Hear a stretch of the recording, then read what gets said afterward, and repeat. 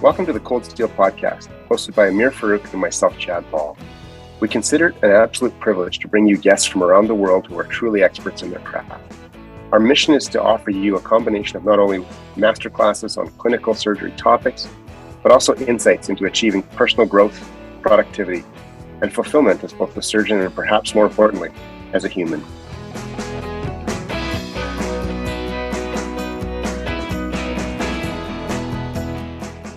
This week, we caught up with Dr. Elijah Dixon, a liver and pancreas surgeon at the University of Calgary, to talk about mindfulness and meditation.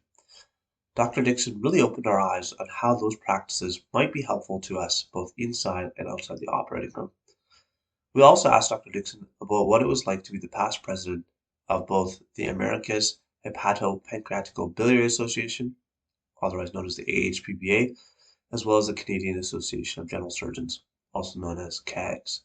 As usual, the links are in the show notes. Can you tell us where you grew up and where you did your training? Sure. And thanks for having me. It's a real honor and a pleasure to be here with you guys. I was born in Winnipeg, Manitoba, and I grew up in Winnipeg. Grew up just outside the city on 5 acres in what's called Birds Hill, just north of Winnipeg. Pretty normal sort of upbringing, whatever normal is. Went to public schools, went to the University of Manitoba and did a undergraduate degree in science, then did medicine at the University of Manitoba. And then almost on a whim, ranked University of Calgary general surgery higher than University of Manitoba. Didn't expect to end up here. Matched, came to Calgary, did my residency here. Married a Calgarian, and so Calgary became home. Went after residency to Toronto and did a AHPBA transplant fellowship, and then went to Boston and did a graduate degree, and then came back and started working and have been working here in Calgary ever since. Dr. Dixon, what was it that drew you to being a hepatobiliary surgeon and a liver surgeon? Yeah, that's a good question. I mean, these things always seem clear once you're through them. And you try to go back and put yourself in your shoes and remember why you liked what you liked. I think honestly, it was a combination of people I worked with, so mentors that I worked with, and I remember being in 4th year of medical school and working with a general surgeon, HPB surgeon in Winnipeg named Jeremy Lipschitz.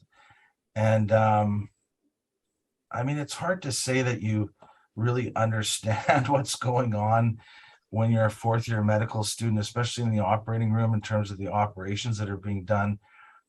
But I was attracted to the operations, I think, and just attracted to, I think, the command of the material that Dr. Lipschitz had. So he just was an impressive person. And I think that a lot of times when we're trainees, we get attracted or excited by an area because of people that we work with. And maybe we don't even realize that that's a big part of it. But I think that was the start.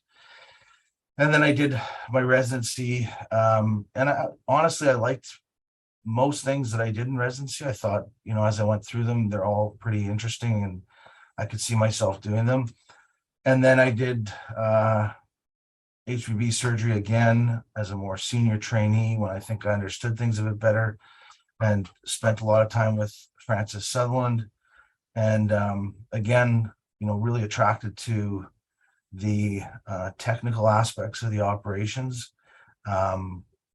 And just the comfort and familiarity with all of surgery that it seemed that HPB surgeons had. So I think those things attracted me to it. I like the patients. They're pretty sick. And at that time, that didn't seem onerous to me. I think as I've gone through, you get a better appreciation for how that can be at times tiring, but usually, really rewarding as well. So the technical aspects of the operation, the complexity of the patients, and the surgeons that I worked with just I think had a real command of surgery, and those things attracted me to it. Like I said, it's hard to remember exactly why you liked it, because I think your memory changes a little bit, but I think those are the main reasons. You ascended to the pinnacle of a number of different surgical societies, both national and international. In particular, the presidency of CAGS here in Canada, and then the AHPBA throughout the entire Americas. I'm curious, first of all, in exploring that, what put you on that track or that pathway to pursue those two avenues in particular? Yeah, that's an interesting question. Again, you sort of look back, and I think a lot of times you probably don't even know why some of these things happened. I want to tell you that it's based on merit, and it's because I deserved it, but I don't think that that's the truth. I think that for a lot of these things, again, it's a little bit of opportunity. So being in the right place at the right time. I think it's having mentors that are advocates for you and looking out for you.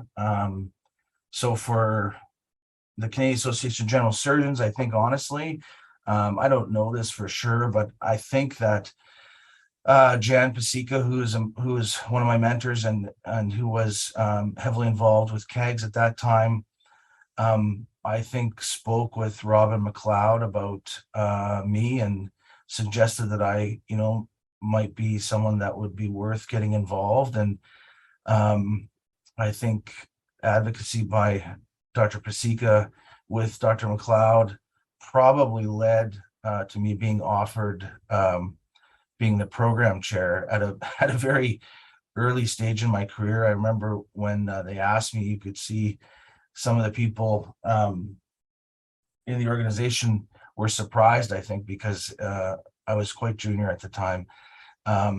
So I benefited, I think, from mentorship and help from people that were looking out for me. I think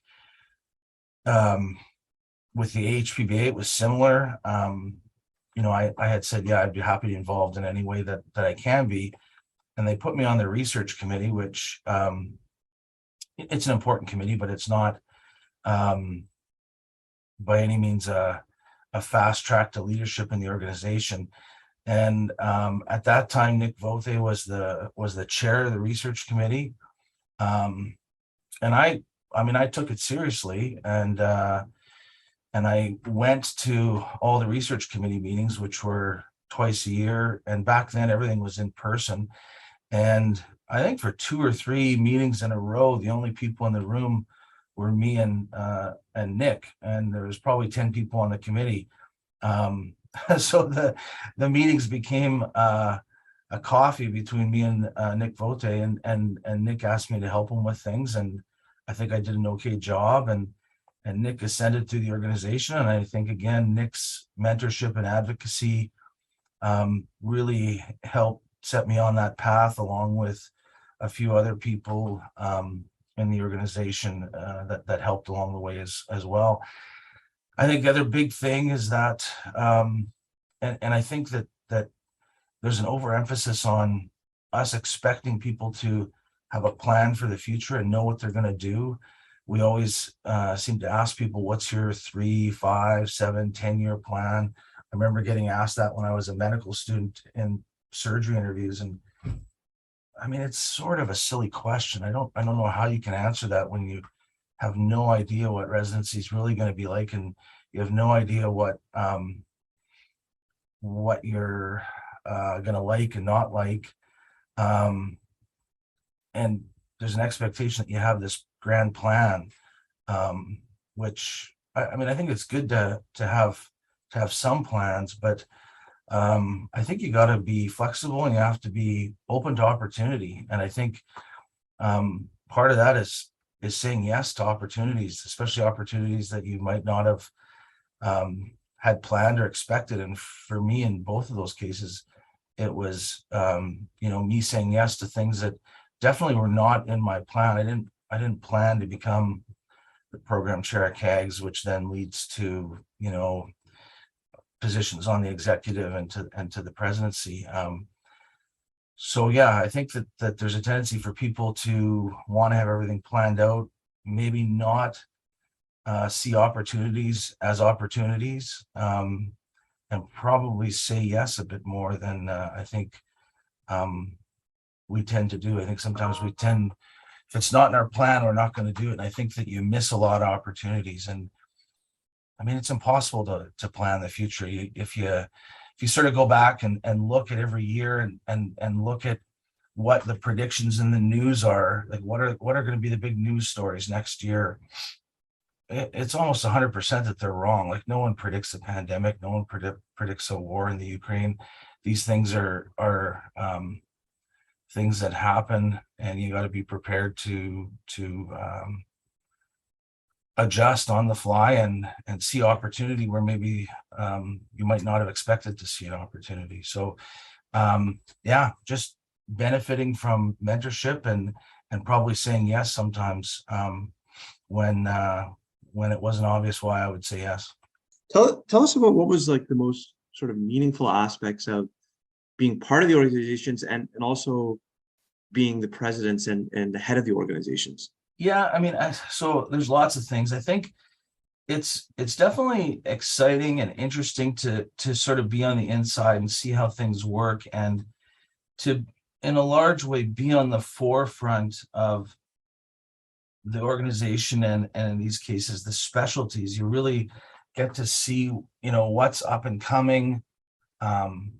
Where are the areas of sort of debate and conflict, and where are the questions, and having some input into planning and directing, how things are going to go forward. When you're planning the annual meeting, I mean, it's a big deal, and what gets put in the various sessions and the plenary sessions, those are important questions, and they really affect, I think, the specialty and the development of the specialty and how things move forward. So all of that is it's not hard to get excited about that and get excited about being involved in the planning of that and navigating those issues and the debates around those issues. Probably, honestly, the most rewarding part of being part of those organizations, though, is the relationships that you make and the friendships that you get.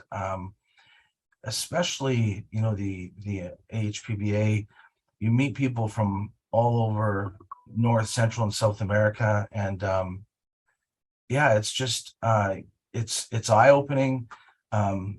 You meet people that are incredibly interesting. You meet people that you've read their textbooks, and you become friends with those people, and you realize that we're all a lot more similar than we are dissimilar, and that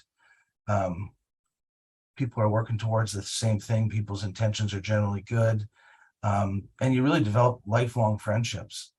So yeah, that's probably the most fulfilling thing, honestly, the friendships that I've made in both those organizations. And they're friendships that they're not just sort of professional work friendships. Like, these are people that you become good friends with. So that aspect, I think, is very rewarding, and then that leads you to being asked to visit different places and see how people do things differently in South America and in Argentina, Colombia. Like, you see how people do things, you learn a lot, you interact with hundreds and hundreds of people, and that for sure, I think, is the most rewarding, fulfilling part of being involved in those organizations. Dr. Dixon, I mean, you were part the president of both the AHPBA and CAGS, and those are two, in my mind, very different organizations in many ways, with very different focuses. And you mentioned this fact that putting together the annual meeting, thinking about kind of which direction the organization goes is so important. How do you think about, like, what was sort of different about the roles of those two organizations? And when you become the president, what sort of things went through your mind when you were trying to decide, okay, what's going to be my sort of focus during my tenure, and how do I set the stage for the organization moving forward? Yeah, those are good questions.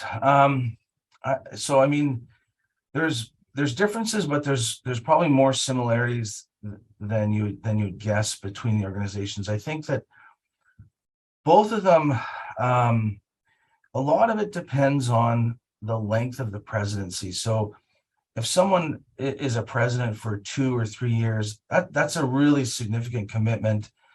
And in 2 or 3 years as president, you can start some really big initiatives and or make some big changes and expect to be able to make that happen because you're going to be president for 2 years or 3 years.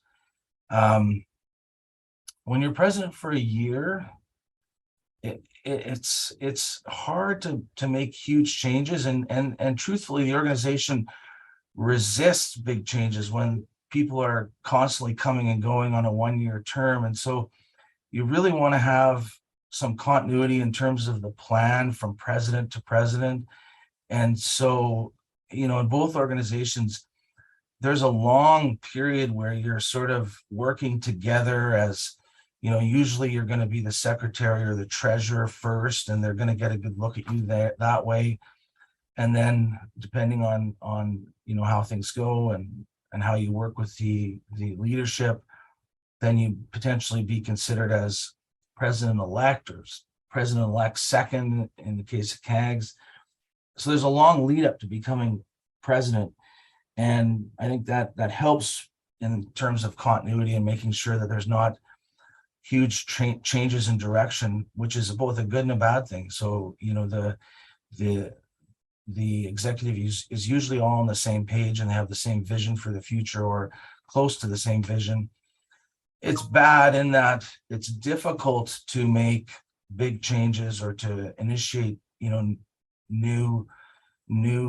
initiatives. And honestly, sometimes the organization doesn't need that every year. It just needs stability. And you sometimes will see that where you'll look and see a new initiative and you'll wonder, why is this and does this make sense? And I think sometimes it's a feeling of wanting to leave your mark.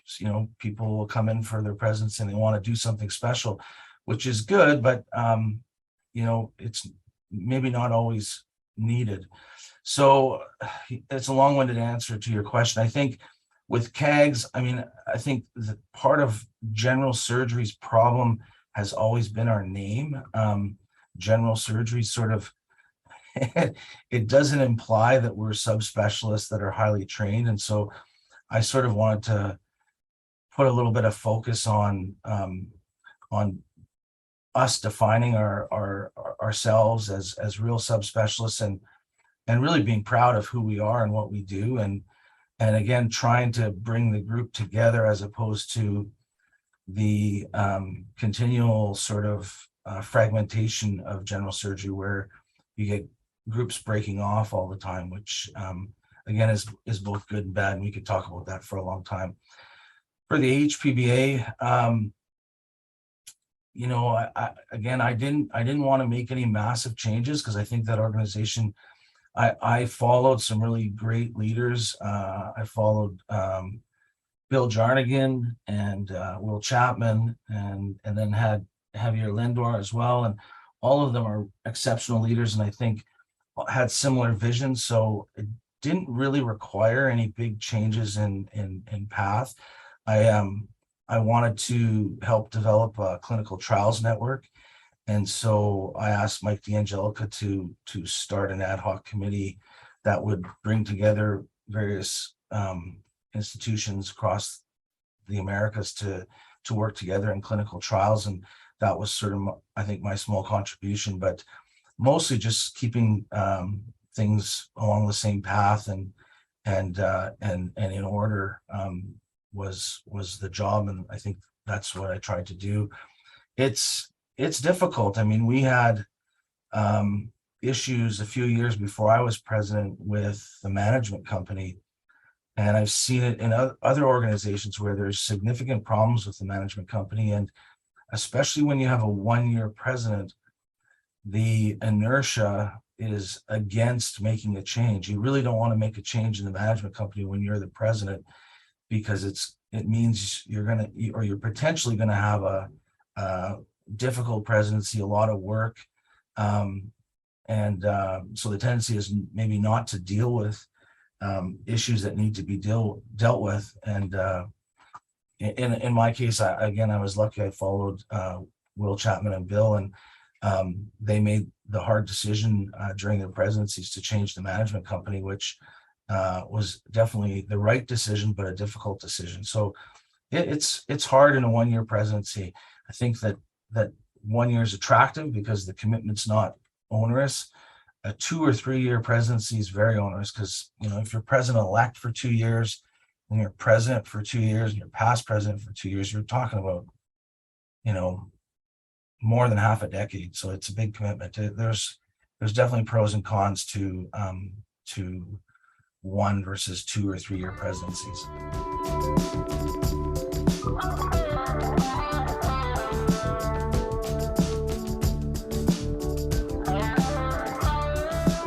You've not been quiet necessarily about your increasingly strong, I think, passion as a fair word for meditation and mindfulness.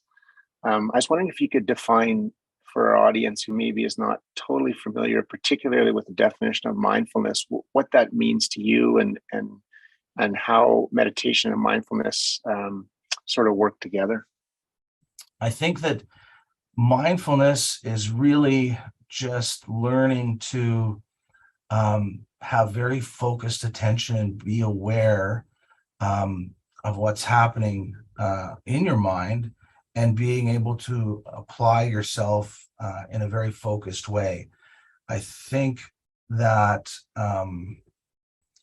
meditation it can be the same thing, but meditation also sort of gets at sort of the nature of reality, and having a deeper look at the nature of reality, and our relationship to reality, the sense of self and the ego, and sort of understanding non-duality, and the fact that we might be all part of the same thing, and having an appreciation of that. So it can definitely be more, and it sort of gets at, I think, deeper sort of existential questions, and looks at the nature of reality. Whereas mindfulness is really training your mind to be able to be very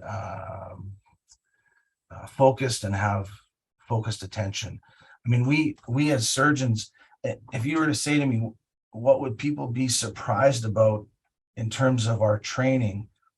I think that there's 2 things that we do a terrible job of training surgeons at. One is the business and financial side of surgery. It's almost a taboo in medical school and residency to discuss that. And then you're done your residency, and you're expected to go out and start a practice and develop a business.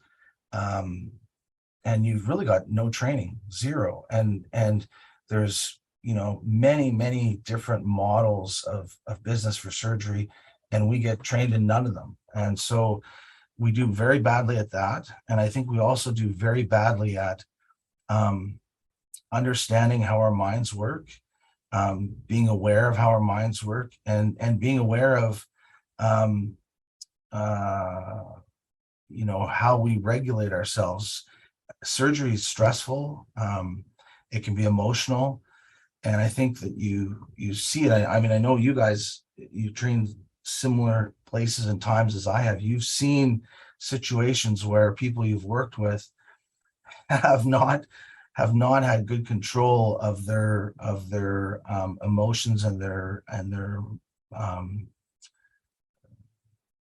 emotions, and control of their attention. And it's not surprising because I don't think that we really get trained in that. We do a terrible job of training surgeons about their mind and about mindfulness and how to be focused and how to focus on what's important and how to not be overtaken by emotion, especially at the most critical, part of your day or the most critical part of an operation. So I think it's things that we don't get trained well in, and we do need to do better. Surgeons, we just aren't trained to think in that way, or to think about the way we think, or to really like take that bird's eye view of ourselves in that role. And it really is a very stressful, in some ways, very chaotic environment, especially when things are going wrong. How did you get into this? Like, was it something that was formally introduced to you? Was that a practice that you kind of always picked up, or was there someone close to you that was doing it and you sort of took it from them? How did you get sort of introduced to the topic? Yeah, so I mean, I never really, it wasn't strange to me. My dad meditated my whole life. He did transcendental meditation. And so I think I was always aware of it, and it was always sort of in the background. And I think I was probably predisposed to it because of my dad. Having said that, I didn't really understand it, and I didn't understand why you would do it. It was just a fact of life. Dad does this, and you sort of, as you get older, you wonder why you would want to sit quietly and not do anything for an hour once or twice a day. It seems like a bizarre waste of your time. And then as once I got started and I was working, and as you know, because you're going through it right now, probably the most stressful time of your life and your career is when you first start your practice, because coincidentally, you're usually moving, you're trying to start a business that you're not really trained to do.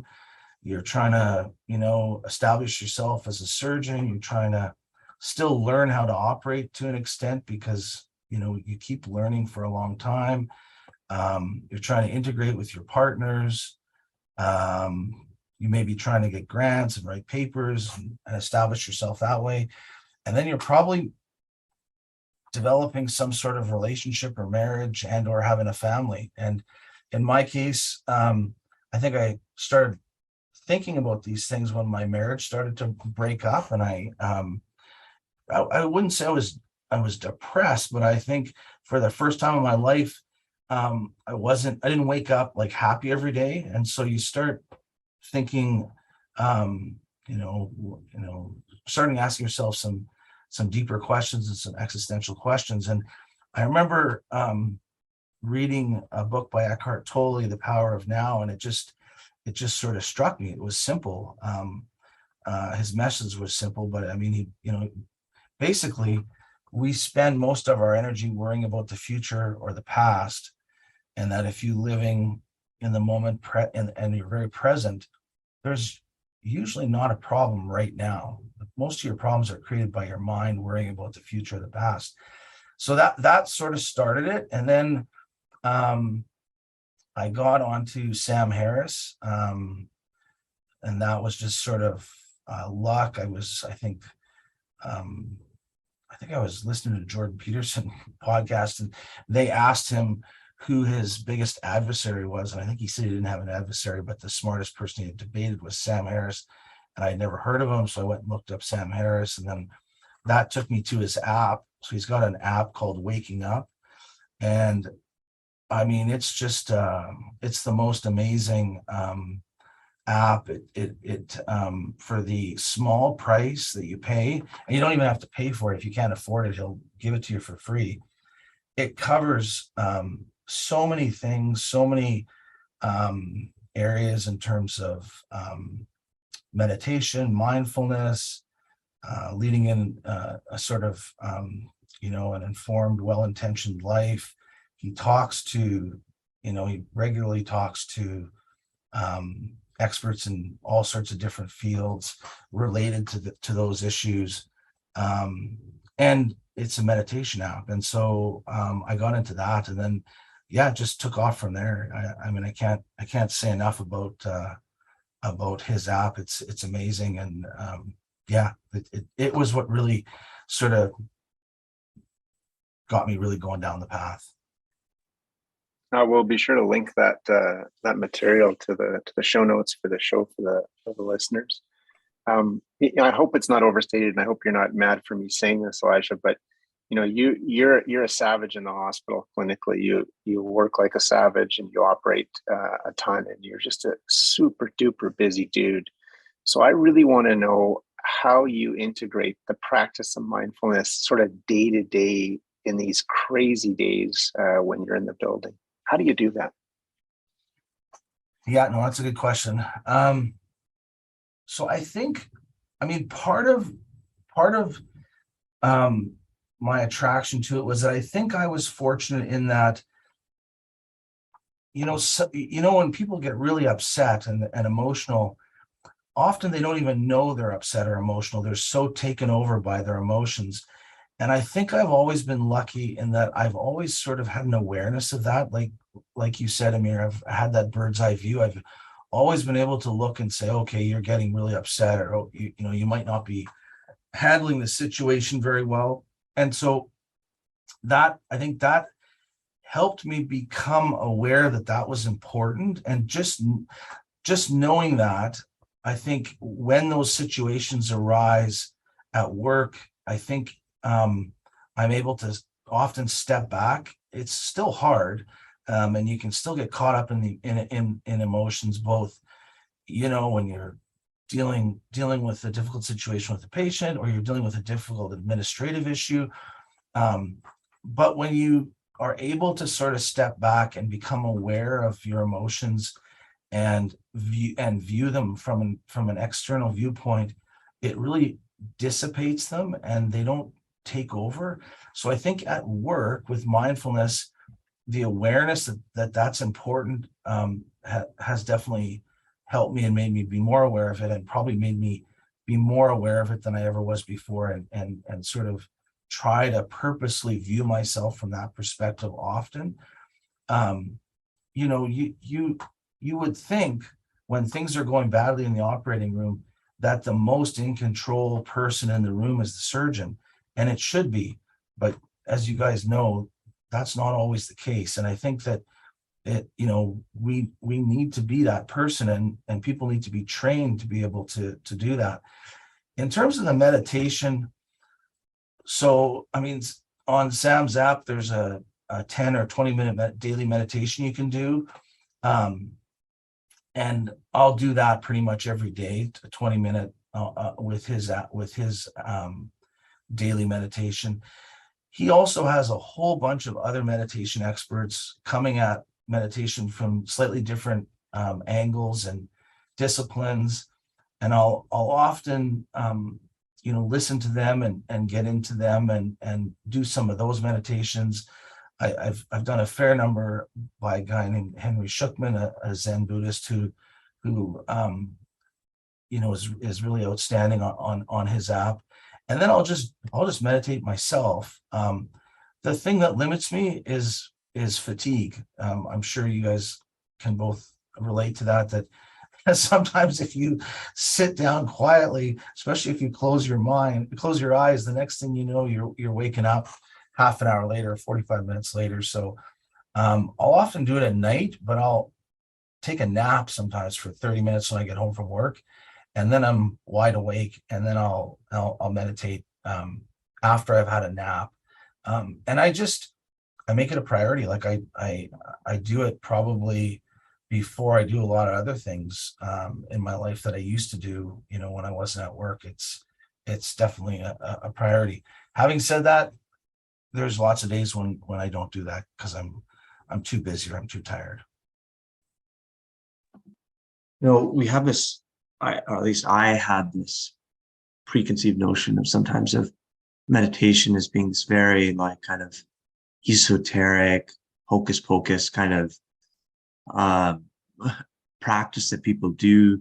But to hear you describe it, it's clearly a very integral part of your life. And I think correct me if I'm wrong, but it's not even just about surgery, but it's really about like thinking about your life and our purpose and what the meaning of life is. And I feel like so often those really important questions we don't even ask ourselves these. We just get lost in the day-to-day, like just mundanity of it all, and we just keep going down these paths, and we don't even think about where we're going.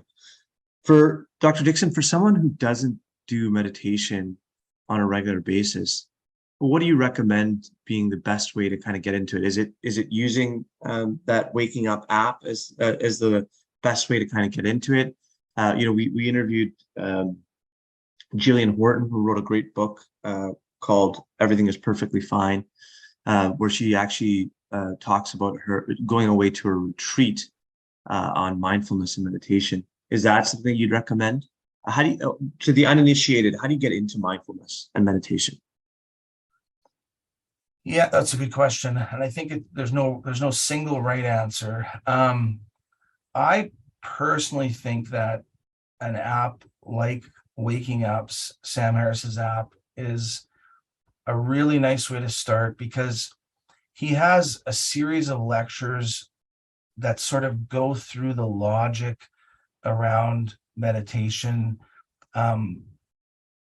talks about mindfulness, talks about meditation, talks about the effects that it can have on your life in terms of calming you, being less controlled by your emotions.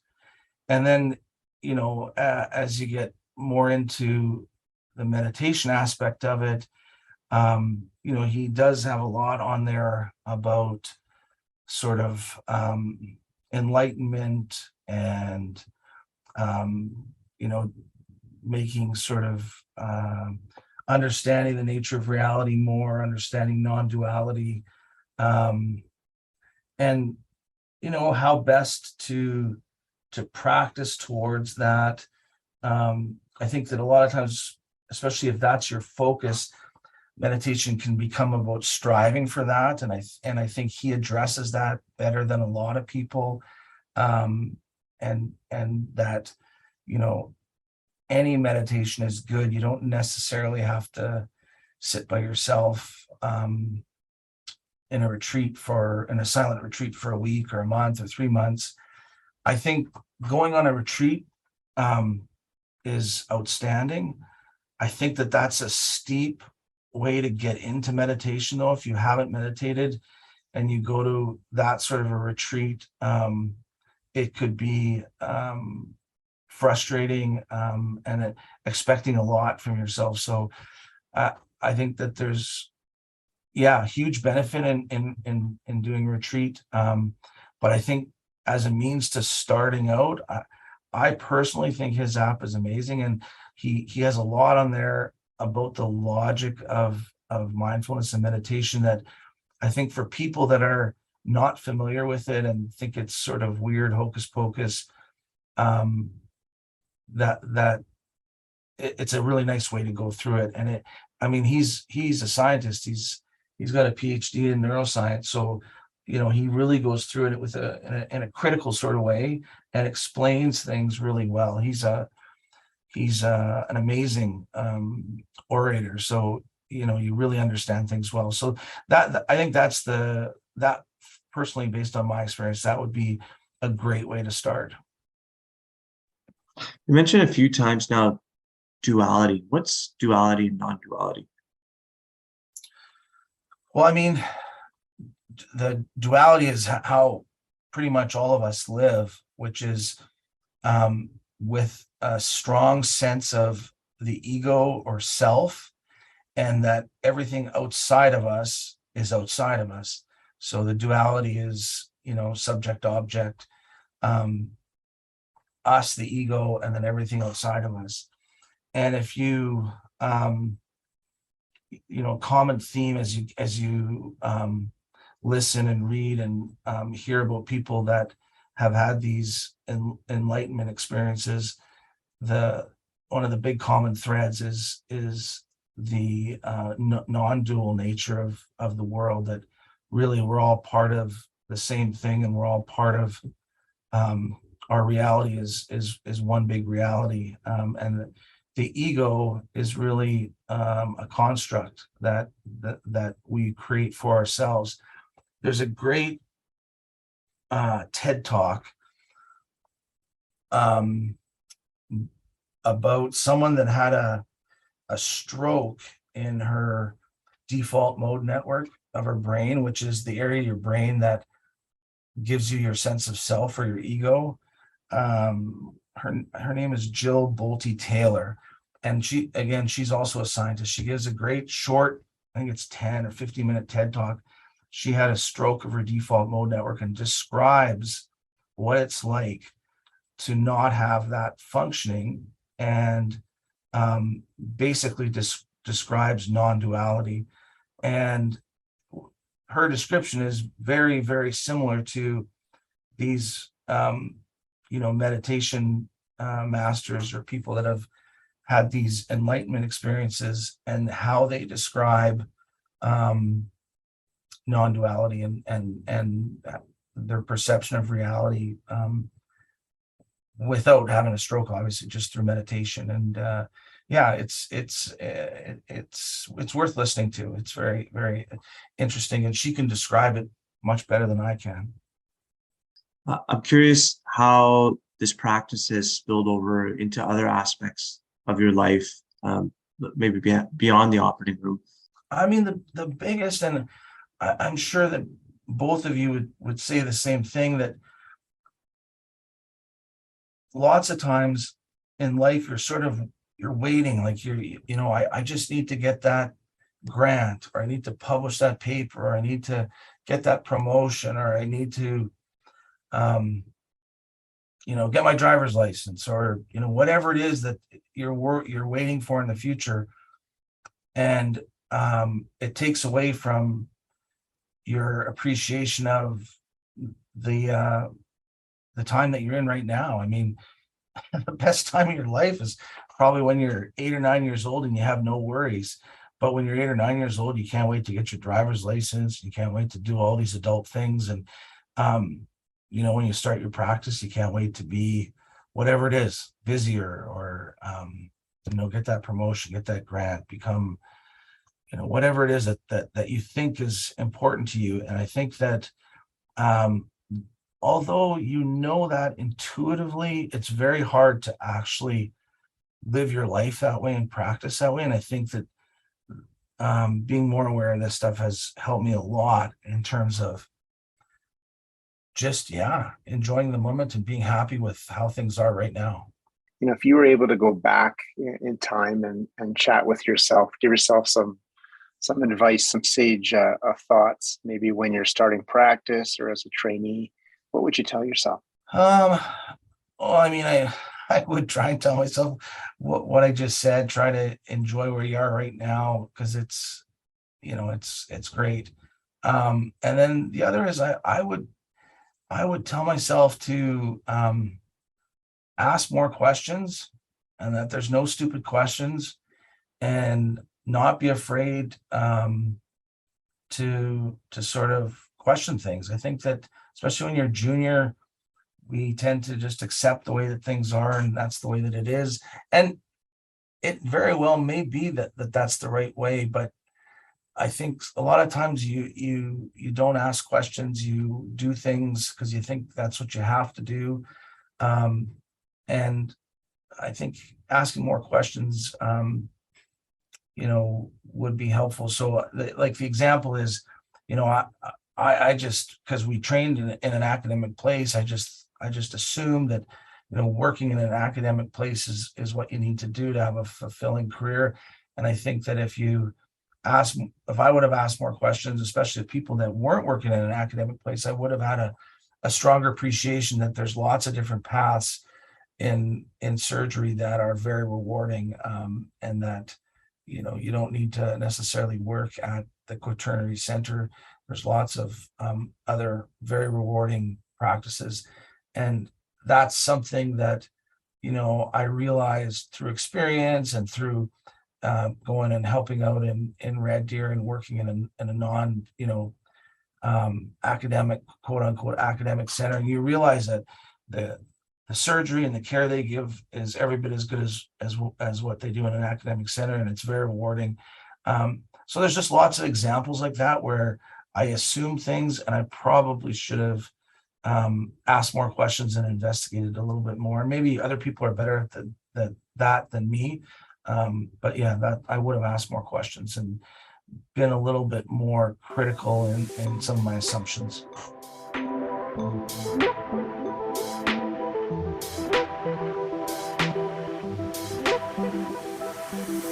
You've been listening to Cold Steel, the official podcast of the Canadian Journal of Surgery. If you like what you've heard, please leave us a review on iTunes. We'd love to hear your thoughts, comments, and feedback, so send us an email at podcast.cjs@gmail.com or tweet at us at CAGSurge. Thanks again.